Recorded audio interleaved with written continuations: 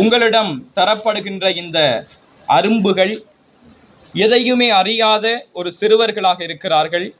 அதே போன்று உலகளாவிய ரீதியில் விஞ்ஞானமும் உளவியலும் சேர்ந்து தெரிவிக்கின்ற ஒரு விடயம்தான், ஒவ்வொரு குழந்தைகளுடைய மூளையும் வளர ஆரம்பிப்பது 3 வயதிலிருந்து சுமார் 6 வயது வரைக்கும் அதனுடைய கட்டமைப்பை அது வளர்க்கிறது. அதே போன்று நீங்கள் நினைப்பீர்கள், சாதாரணமாக 6 வயது வரைக்கும் தானே இது வளர்கின்றது, பிறகு பிற்பட்ட காலங்களில் இது வளர்வதே இல்லையா என்ற ஒரு கேள்வி உங்களுக்கு இருக்கு.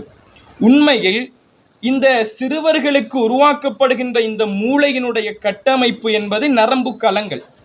அது உருவாகும் பொழுது அவர்களுக்கு சிறந்த மன எழுச்சிகள், சிறந்த நினைவாற்றல்கள், அதே போன்று ஐக்கியூ போன்ற விடயங்கள் அந்த 5 வயதிற்குள் முடிவடைந்துவிடும்.